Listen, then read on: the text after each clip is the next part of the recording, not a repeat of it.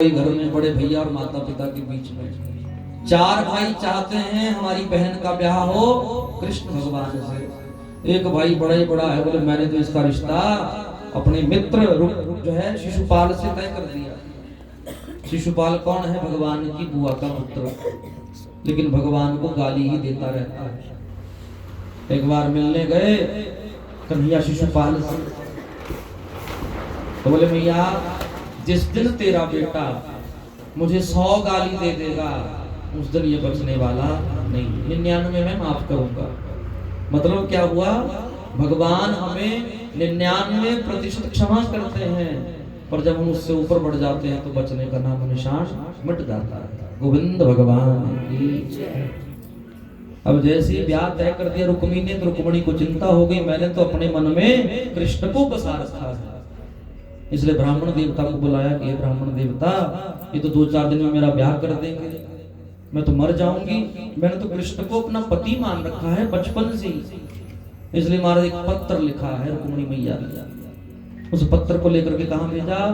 जाओ द्वारिकाधीश के पास जाओ, अगर आप नहीं आए तो मैं मर जाऊंगी। बोले गोविंद भगवान की जय। मेरे मन की भक्ति कैसी होनी चाहिए? भगवान यदि तुम ना आए तो मैं मर जाऊंगा। जैसे दशरथ जी मर गए, राम राम कही राम कही, राम राम कही राम राम। जब राम चले गए 6 बार राम कह करके अपना शरीर शांत कर लिया था। रामचंद्र भगवान की जय। ब्राह्मण देवता पहुंचे, द्वारिका में स्वागत हुआ। कन्हैया अपने अंतःपुर में ले गए। अंतःपुर माने जहां पर मेरे भगवान विश्राम करते हैं। बोले ब्राह्मण देवता अब बताओ आप क्यों आए हो, क्या क्या समाचार है मेरे लिए? तो ब्राह्मण देवता कहते हैं प्रभु प्रेम पत्र है, मैं नहीं पढ़ सकता आपका प्रेम पत्र, इसलिए आप ही पढ़ो, प्राइवेट पत्र है ये है। अरे भाई ब्राह्मणों से मेरा कुछ नहीं छुपा। जब ब्याह होता है आपके घर में कन्या बेटे का चिट्ठी लेके कौन जाता है? ज्यादातर तो ब्राह्मण ही जाते हैं। हाँ जी, तो इसलिए ब्राह्मण देवता को भेजा चिट्ठी लेकर के रुक्मिणी मैया। बोले क्या लिखा है? तुम ही पढ़ो। लाड़ा खुद ही पढ़ता है चिट्ठी? है कोई लाड़ा ऐसा बैठा हुआ चिट्ठी खुद पढ़ी हो? राधे राधे। भगवान ब्राह्मण के द्वारा ही चिट्ठी पढ़ाते हैं साहब। और चिट्ठी पढ़ने लगे। शुद्ध्वा गुणान भुवन सुंदर्शण बतांते,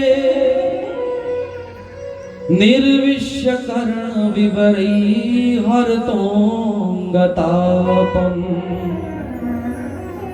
रूपम दृशां दृशतिमा अखिलार्थ लाभम, त्वय्यच्युता विशति चेतम पत्रपम में। हे भगवान श्रुत्वा गुणान, जब से मैंने केवल आपके बारे में सुना है, मैंने आपकी फोटो नहीं देखी, पर केवल आपके गुणों को सुना है, तभी से मेरे मन ने आपको अपना पति चुन लिया। रघुपति राघव राजा राम, पतित पावन सीता। संबंध कैसा होना चाहिए? रघुपति राघव राजा राम, पतित पावन सीता। जैसे सीताराम कभी बिछड़े नहीं, वनवास जाकर के भी महाराज एक बन करके रहे। नहीं तो आजकल की सीता हो कोई ब्याह होते वनवास हो गया। बोले पतिदेव आपको वनवास हुआ, मुझे नहीं हुआ। जानकी को भी ऐसे ही कहा था मेरे प्रभु राम ने। बोले तुम्हें थोड़ा हुआ वनवास? ना प्रभु, जहां मेरे प्राणनाथ रहेंगे वहीं मेरी अयोध्या है। यदि आप मुझे छोड़ करके चले गए, मैं आपके बिना रही विरह में तड़प तड़प करके ये जंगल बन जाएगा, ये राजा ये जितना भी राजमहल है। इसलिए पतित पावन सीता। संबंध कैसा होना चाहिए? सीता और राम के जैसा होना चाहिए, सदा सर्वदा साथ में, दुख में भी सुख में भी हर पल भगवान साथ रहे। यही है पत्नी की नारी की परीक्षा। गोविंद भगवान की।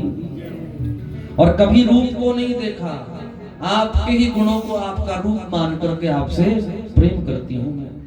और यदि आप ना आए तो मैं बोले मर जाऊंगी, देह त्याग जाऊंगी। भले मेरा ब्याह हो जाएगा, पर शरीर का ब्याह होगा, मन का नहीं होगा। और याद रखिए शरीर का ब्याह इस संसार तक है, ब्याह होना चाहिए हमारे सुंदर आत्मा सुंदर मन का होना चाहिए। प्रेम से कहो राधे राधे। गोविंद ने कहा बोले देवता हम इकट्ठे ही चलते हैं, ज्यादा देर नहीं लगाएंगे। रथ सजाया और ब्राह्मण देवता को साथ लेकर के बोले दूल्हा सरकार भी साथ साथ ही आ रहे हैं। और भगवान ऐसे दूल्हा है कि घर में किसी को बताया नहीं कि मैं ब्याह करने जा रहा हूं। भगवान की लीलाओं को बस सुन लो, संदेह संशय ना करना, क्योंकि भगवान जिसको चाहते हैं उसको उठा लेते हैं। बोले कल तो अच्छा भला था और आज गया। यही है भगवान का सच्चा परिचय। ना जाने हमारी अंतिम श्वास अंतिम दिन कौन सा होगा। रथ लेकर के पहुंच गए और उधर महाराज शिशुपाल जी बारात लेकर के आ रहे हैं, लेकिन उनसे पहले कौन पहुंच गए? हमारे कृष्ण कन्हैया पहुंच गए। सभी ने हमारा स्वागत किया है। असली लाड़े का स्वागत पहले हुआ, नकली लाड़ा तो बाद में आया। बोले गोविंद भगवान की क्या लीला है भगवान की, बस सुनते जाओ। प्रभु आप भले आओ। गोविंद ने इशारों में कहा मैं सब जानता हूँ, मैं सब जानता हूँ। भीष्मक जी कहते हैं हमने तो आपको ही अपना जामाता माना था, पर रुक्मी मानता ही नहीं। अब शिशुपाल से ब्याह कर रहा है हमारी लक्ष्मी जैसी पुत्री का। चिंता हो गई मुझे अपनी बेटी की। ऐसे राक्षसों के यहाँ कैसे रहेगी? भगवान कहते हैं कि चिंता ना करो, सब जगह कल्याण होगा, सब जगह कल्याण होगा। और जितने को बारात पहुंची, वेदी सजाई गई। बोले माता रुक्मिणी को लेकर के आओ मंडप में। बोले माता तो पूजन के लिए गई गौरी माता के मंदिर में। और माता कहती है मेरे तो गिरधर गोपाल दूसरो ना कोई।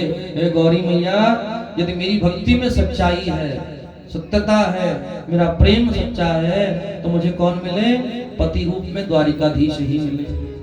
बोले बेटी ऐसा ही होगा। बोले गोविंद भगवान की जय। भक्त की पूजा करने में सच्चाई हो, मन सच्चा हो, भगवान आज भी सच्चा वरदान हमें दे करके जाते हैं।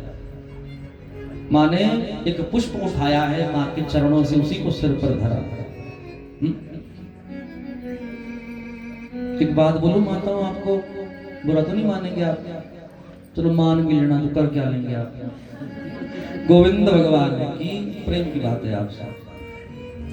आप जब कुलजा माता के दर्शन करने जाते हो तो क्या देखते हो? वहां पर क्या चढ़ता है सबसे ज्यादा? आपकी परीक्षा है जी, पूछ लो एक दूसरे है।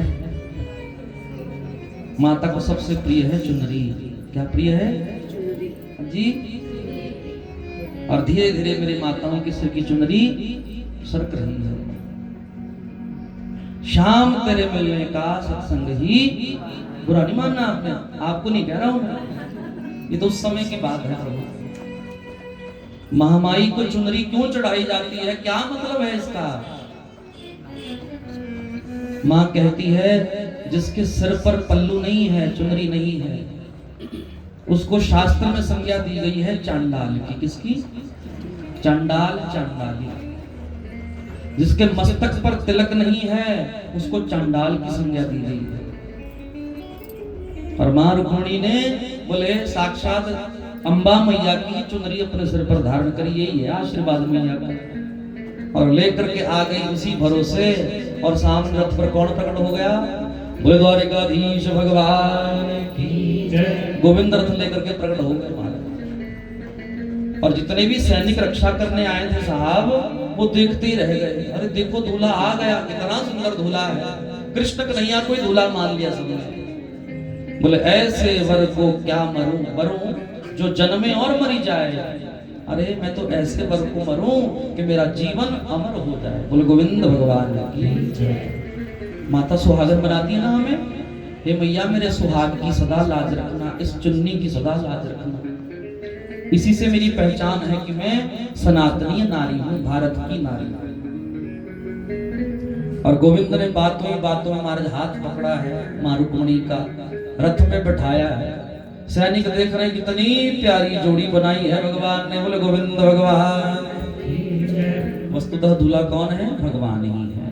जब वेदी सजाई जाती घर में आपके, तो दूल्हे को क्या बनाते हैं हम? साधु भवनास्ति, नारायण बनाया जाता है। नारायण की तरफ उसकी पूजा की जाती है।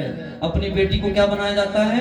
लक्ष्मी बनाया जाता है साहब। और जीवन में ब्याह किसका होता है? केवल लक्ष्मी और नारायण का ही होता है। गोविंद भगवान की जय। और आज ठाकुर जी गए महाराज जी। एक सैनिक बोला हम यहाँ क्यों खड़े? बोले रानी की रक्षा करने के लिए। रानी तो गई। बोले वो कन्हैया के साथ गई रानी तो महाराज जी सब दौड़े। रुक्मी सेना लेकर के आया। उतने को बलदाऊ भैया भी आ गए। कन्हैया कहाँ गया? चुपके से, बड़ा शरारती है, नटखट है। उतने को समाचार मिला कुंडिनपुर के राजा की पुत्री रुक्मणी का स्वयंवर भी आ गया। लगता है पक्का कुछ उल्टा काम करेगा ये नटखट शरारती। और दाऊ भैया सेना लेकर के आ गया। सब कुछ दाऊ भैया ने संभाल लिया। रुक्मी नहीं माना तो रुक्मी को महाराज भगवान ने बोले बाल मूंड दिए, दाढ़ी मूंड दी, मारने लगे। रुक्मणी मैया ने कहा प्रभु ब्याह है आज आपका, अपने साले को मार दोगे तो मर्यादा नहीं होगी। बोले साला नहीं, अधर्मी है ये तो। गोविंद चले गए। आज देवकी मैया ने स्वागत किया। बोले ये कौन है? बस मैया अंदर आने से पहले तब बताता हूँ कौन है। कन्हैया भी मारा डर रहे हैं मैया से, है ना? किसको ले आया? बस मैया एंट्री करवा दो एक बार, तब सब बताऊंगा। बोले गोविंद भगवान। और जैसे ही अंदर प्रवेश किया, ब्रह्मा जी साक्षात वेद मंत्र पढ़ने आए हैं। कृष्ण का जब ब्याह हुआ, बेटी हुई, फेरे हुए महाराज जी। देखो पहली है वो बेचारी जिसका ब्याह कहाँ हुआ? करके ससुराल में हुआ। गोविंद भगवान की। और सबने महाराज खूब बधाइयां गाई हैं। आज हम भी बधाइयां गा करके कथा को आरती की ओर ले जाएंगे। बोले गोविंद।